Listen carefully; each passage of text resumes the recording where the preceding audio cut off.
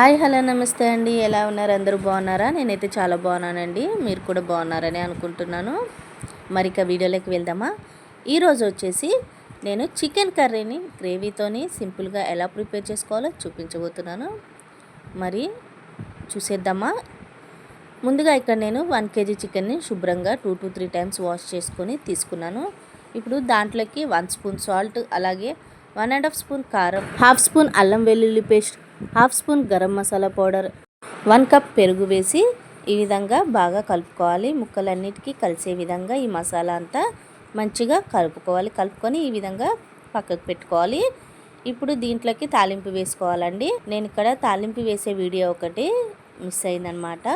అయితే 2 to 3 table spoons oil వేసుకొని దీంట్లోకి సన్నగా కట్ చేసుకున్న 2 మీడియం సైజ్ ఆనియన్స్, 3 పచ్చిమిర్చీలు మధ్యలోకి కట్ చేసుకొని సన్నగా ఈ విధంగా ఫ్రై చేసేసుకోవాలి. ఈ ఆనియన్స్ పచ్చిమిర్చి ఫ్రై అవుతున్నప్పుడే కొంచెం కరివేపాకు అలాగే పుదీనా కూడా వేసుకొని కలర్ చేంజ్ అయ్యే వరకు ఫ్రై చేసుకోవాలి.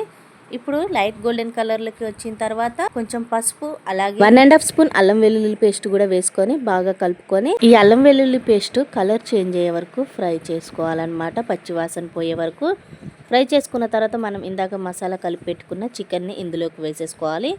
వేసేసుకొని ఒకసారి కలుపుకొని ఒక 5 to 10 minutes మూత పెట్టేసి ఉడికించుకోవాలి. మధ్య మధ్యలో కలుపుతూ ఉండాలి మర్చిపోకుండా.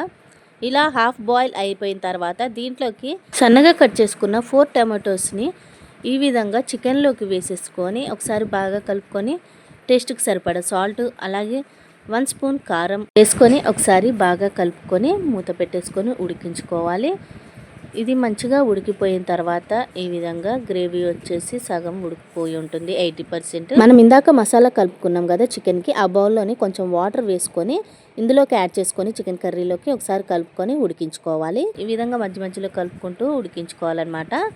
ఇలా లాస్ట్ స్టేజ్లో చూస్తున్నారు కదా, ఆయిల్ పైకి తేలుతూ చక్కగా ఉడికిపోయిన తర్వాత ఒక గుప్పెడు కొత్తిమీర, అలాగే గరం మసాలా పౌడర్ యాడ్ చేసుకొని ఒకసారి బాగా కలుపుకొని ఒక 5 minutes మీడియం ఫ్లేమ్లో ఉడికించేసుకుంటే వేడి వేడి చికెన్ గ్రేవీ కర్రీ రెడీ అయిపోయిందండి.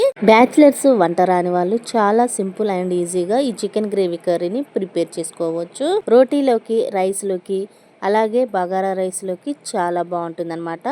మరి మీరు కూడా ట్రై చేసి ఎలా ఉందో కామెంట్ చేయండి. Thank you for watching.